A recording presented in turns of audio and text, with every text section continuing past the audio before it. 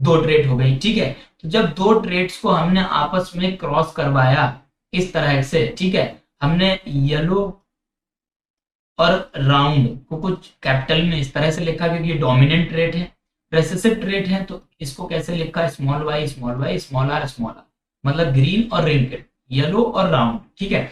जब इनका क्रॉस करवाया बेटा हमने, ठीक है, तो चार ये हैं ट्रेट्स, चार ये हैं, ठीक है, सॉरी चार एलील्स ये हैं, चार एलील्स ये हैं।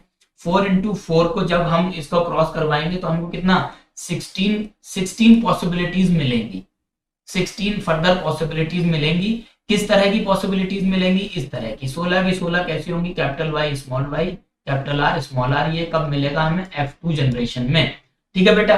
अब जब इन F2 जनरेशन में बेटा हम क्रॉस करवाएंगे small Y capital R small R, और इनका जब हम करवाएंगे क्रॉस इन दोनों का, फिर फर्दर 16 पॉसिबिलिटीज मिलेंगी F3 जनरेशन में, लेकिन कैसी मिलेंगी, वो डिफरेंट होंगी, ठीक है। उसको समझाने के लिए ये जो आपके सामने बना हुआ है बेटा, स्क्वायर बना रखा है एक, ये जो स्क्वायर बना रखा है बेटा ये पूरा, इसको हम बोलते हैं क्या, प्यूनेट स्क्वायर,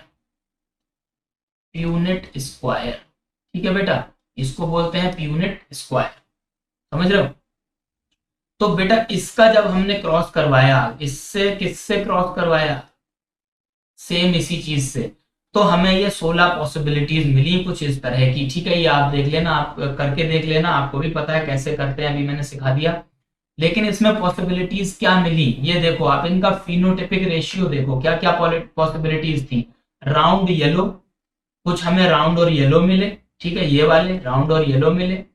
9 ऐसे मिले जो राउंड और येलो थे, 3 ऐसे मिले जो रिंकल्ड और येलो थे, 3 ऐसे मिले जो राउंड थे और ग्रीन थे, और एक ऐसा मिला जो रिंकल्ड था और ग्रीन था, ठीक है। तो इनका फिनोटाइपिक रेशियो 9:3:3:1 हो गया। और ये फिनोटाइपिक रेशियो आप याद कर लेना, डाई हाइब्रिड क्रॉस की F3 जनरेशन का फिनोटाइपिक रेशियो 9:3:3:1 ही होता है, ये बदलता नहीं, ठीक है। और इसका जीनोटाइपिक रेशियो नहीं होगा, ठीक है। बहुत लिखते चले जाएंगे, इसका जीनोटाइपिक रेशियो नहीं, आप ये समझिए आपके सिलेबस में कि इसका जीनोटाइपिक रेशियो नहीं होगा, आपसे नहीं पूछा जाएगा। डाई हाइब्रिड क्रॉस का अगर फिनोटाइपिक रेशियो पूछ लिया जाता है तो क्या है, 9:3:3:1।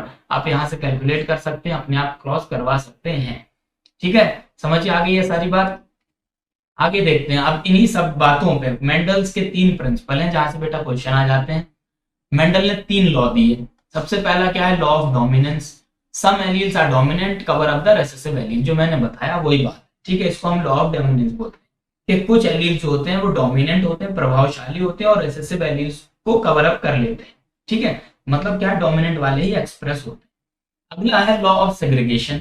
लॉ ऑफ सेग्रीगेशन क्या है कि an organism has 2 alleles of each gene but they can only pass 1, ठीक है। यहां पर देखा था ना आपने, कैपिटल टी और स्मॉल टी, या कैपिटल टी, 2 एलील है ना, हर किसी के पास, हर ऑर्गेनिजम्स के पास 2 एलील होते हैं। लेकिन अगली जनरेशन में ये वाला एक ये पास कर रहा है और एक ये पास कर रहा है। ऐसा नहीं है कि यहाँ पे ये दोनों पास कर दिए इसने उठा के, नहीं ना। जब क्रॉस करवाया तो बताया ना, एक यहाँ से एलील आया और एक यहाँ से एलील आया, एक यहाँ से आ रहा है, एक यहाँ से।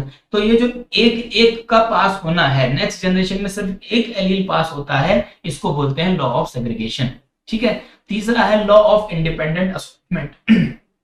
What do you mean by independent assortment? ऐसे सुनने में तो भारी लग रहा है, लेकिन अभी बताता हूँ, बहुत इजी है।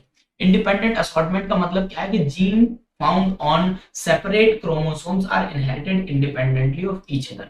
जैसे बेटा यहाँ पर फिर देख लो आप, कैपिटल टी है, स्मॉल टी है, कैपिटल टी है, कुछ भी है, ठीक है। मतलब क्या है कि ये जो जीन है दे आर इंडिपेंडेंट, ये अपने आप में इंडिपेंडेंट है आगे जो एलील भेजने के लिए, ठीक है। जैसे इसने कैपिटल टी आगे भेजा यहाँ पर, तो ऐसा नहीं है कि भाई मैंने कैपिटल टी भेजा तो इस वाले को भी जरूरी है कि ये कैपिटल टी ही भेजे। भाई अगर इसके पास स्मॉल टी होता तो ये स्मॉल टी भेज देता। ये अपने आप में इंडिपेंडेंट है कि आगे क्या भेजना है, ठीक है। तो इसी को बोलते हैं लॉ ऑफ इंडिपेंडेंट असॉर्टमेंट। ऐसा नहीं है कि मैंने स्मॉल टी भेजा तो तू भी स्मॉल टी भेज, ठीक है, या मैंने ये वाला एलील भेजा है तो तू भी ये वाला भेज। भाई यहाँ से कुछ भी एक उठ के आ जाएगा, स्मॉल टी यहाँ से आ जाएगा, यहाँ से आ जाएगा।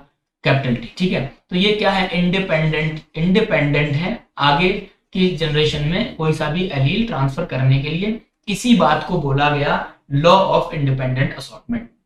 इन 3 बातों पे मेंडल की स्टडी बेस्ड थी और इन्हीं 3 लॉ से मेंडल ने बताया कि कैसे हमारे कैसे हमारे कैरेक्टर्स आगे ट्रांसफर हो जाते हैं। क्लियर हो गया बेटा। फटाफट एक लास्ट चीज और देख लेते हैं जो आपकी बुक में दी है कि सेक्स डिटर्मिनेशन इन ह्यूमंस में कैसे सेक्स डिटरमाइन करते हैं। तो बेटा देखो ह्यूमंस में 46 क्रोमोसोम्स होते हैं, ठीक है, ये बात आपको पता है।